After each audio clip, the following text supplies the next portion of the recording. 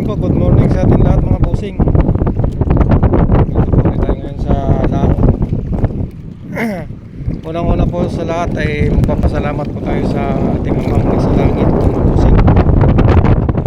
Binigyan po tayo ng magandang pangangatawan at magamit natin sa pang-araw-araw ng hanap buhay natin. Unang-una po mga bossing ay nagpapasalamat din po ako sa mga nagla-like po sa aking mga video at sa mga nagsishare. Maraming salamat po sa inyo mga mama at mga bossing. At lalo na po yung aking dalawang walang sawang nanonood sa aking mga video mga ma'am, si Rowena Morisca at si Jennifer Mendoza, Jennifer Ribas. Maraming salamat po sa inyo dalawa ma'am. At lahat po ng OFW ma'am dyan sa saan sulok man po kayong bansa na nagtatrabaho, mag-iingat po kayo at lagi po tayo mananalangin sa ating mga nasa langit. Huwag po nating huwag po tayo makakalimut na magpasalamat po sa kanya. Patnubayan po tayo sa araw-araw ng ating mga ginagawa.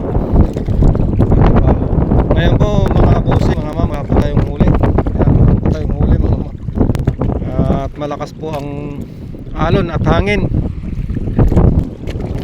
Ako tayong huli ngayon. Uuwi po tayo ngayon mausig na loan. Ayan po talagang hanap po sa dagat. Minsan po mayroon, minsan wala. Pero tiyaga-tiyaga lang din po ang hanap buhay natin dito sa dagat. Kanina po may dumawi sa akin, maliit naman, binitawan ko na lang po at para lumaki siya. Hindi ko na po siya kinuha.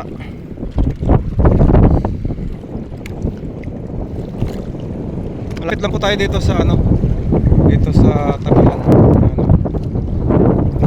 Pwede nga pong langoyin yan eh. Malakas din po, malakas pa po ang hangin at ang alon, no. Ayun, no. Nakasampa eh. Marami po kami rito eh mga bossing. Ayun yung iba, oh. Ayun yung isa sa mahang ko.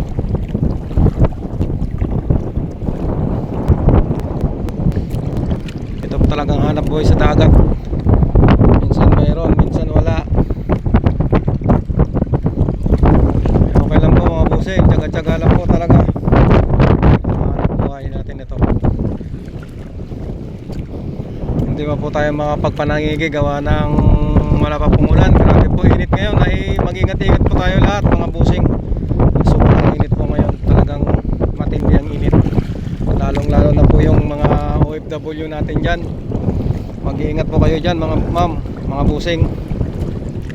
Sobrang init po ngayon sa panahon na to.